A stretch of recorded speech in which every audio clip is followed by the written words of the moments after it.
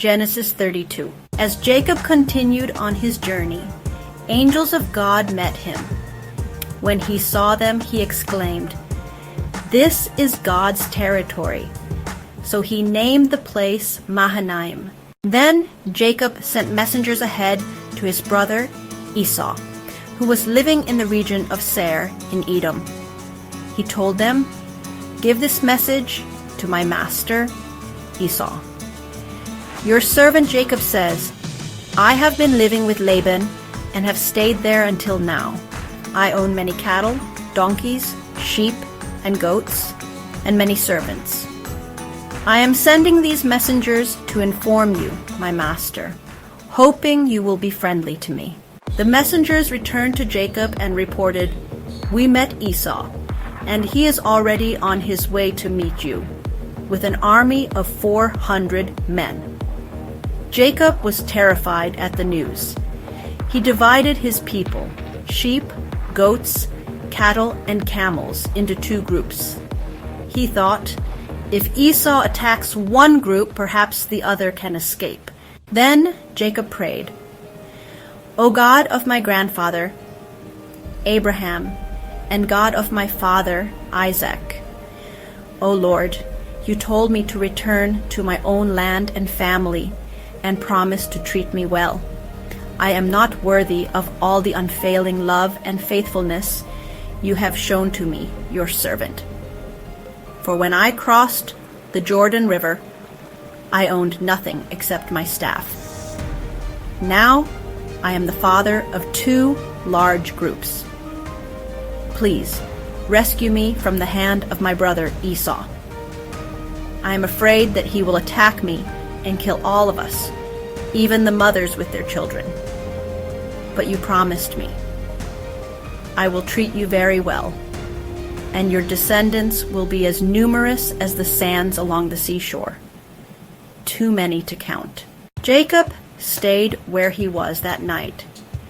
Then he selected these gifts from his possessions to send to Esau: 200 female goats with 20 male goats, 200 ewes with 20 rams, 30 female camels with their young, 40 cows with 10 bulls, 20 female donkeys with 10 male donkeys.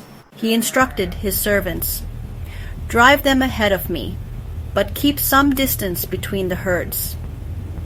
He told the servant in the lead, "When my brother Esau meets you and asks, 'Whose servants are you? Where are you going? And who owns all these animals?' you should reply, 'They belong to your servant Jacob. They are a gift for my master Esau. And Jacob himself is coming along behind us.'" Jacob gave the same instructions to the second and third servants, and to all those driving the herds. "You must say the same thing to Esau when you meet him," he ordered. "And be sure to say, 'Your servant Jacob is coming along behind us.'" Jacob thought, "I will try to appease him with these gifts before I see him. Then perhaps he will be friendly to me." So Jacob's gifts were sent on ahead, and he spent the night in the camp. During the night, Jacob got up and sent his 2 wives, his 2 servant wives, and his 11 sons across the Jabbok River. After they were on the other side, he sent over all his possessions. This left Jacob all alone in the camp, and a man came and wrestled with him until the dawn began to break. When the man saw that he couldn't win the match, he touched Jacob's hip and wrenched it out of its socket. Then the man said, "Let me go, for the dawn is breaking."